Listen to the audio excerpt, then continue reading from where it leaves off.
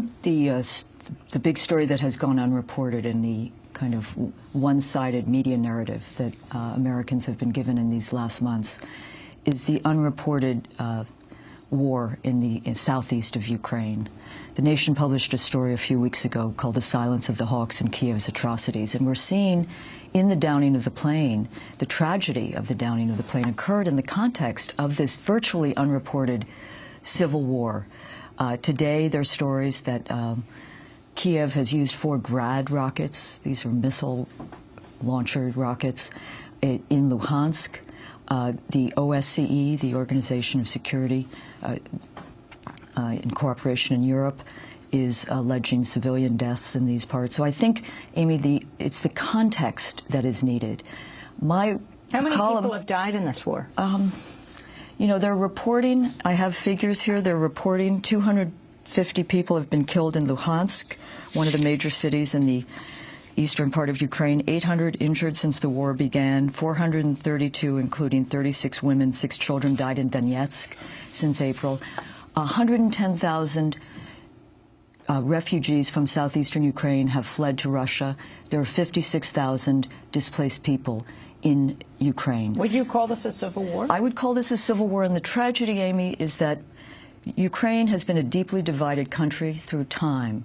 Language, religion, part of the country, pro-Russian, ethnically Russian. This did not need to become a military civil war. There was the possibility, and this is what I tried to address in the column, in the wake of this tragedy of the downing of the plane, there should be a renewed effort not to trigger more violence, but to trigger ceasefire, to trigger talks that could end the humanitarian catastrophe I'm describing in the southeast of Ukraine.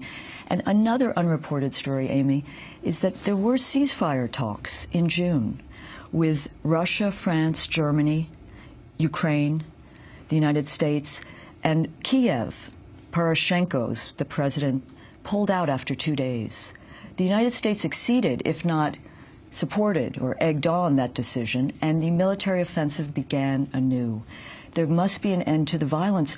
And think just common sense, common sense. Ukraine, if it is to recover, if it is to emerge as a financially stable country with some elements of democracy, needs to be a bridge between East and West, between Russia and the West.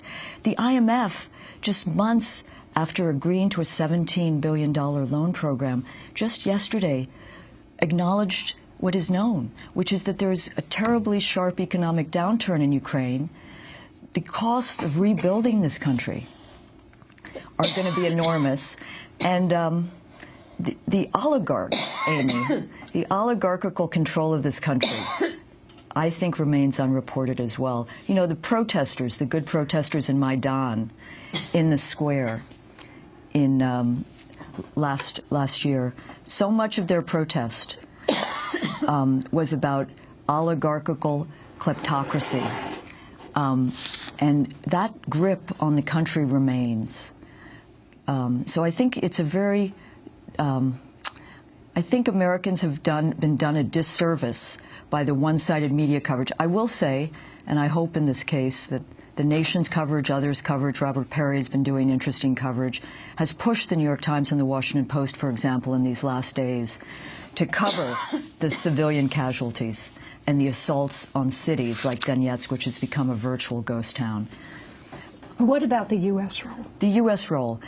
I don't understand the U.S. role, to be honest. I mean, it is not in the national security interest of the United States to make Ukraine a Cold War proxy, but it is becoming that. This is a regional civil war that has been internationalized. John Kerry often sounds like he's the Secretary of War, not the Secretary of State. We have allied ourselves, tethered ourselves to the Kiev government in a way that may make it very difficult to find a way beyond a new Cold War, if not a hot war. And Amy, a Cold War will warp both countries' politics and international relations. I'm thinking of Russia and the United States. And think of what this has done in terms of diverting our attention and resources from the real security, the real threats, the real possibilities of providing and building a new world. So I think America it's also underreported. You know, America sent advisors to Ukraine to embed with its military. America has put forward a package of night goggles and other military equipment. John Brennan, the head of the CIA, finally reported, headed off to Kiev. So, but it is not in the U.S.'s interest, it is not in the world's interest, it is not in Ukraine's interest, yet there is not a peep out of Congress. There is not a peep. And the media is so one-sided that we are not having a debate that is also deserving of America's people. The wisdom, though, of America's people, the disconnect we see between the Beltway establishment, the elite, and the media elite is very telling. America's people are not interested in sending weapons. They weren't interested in sending weapons to Syria. They're not interested in sending weapons to Ukraine. They're not interested in a war with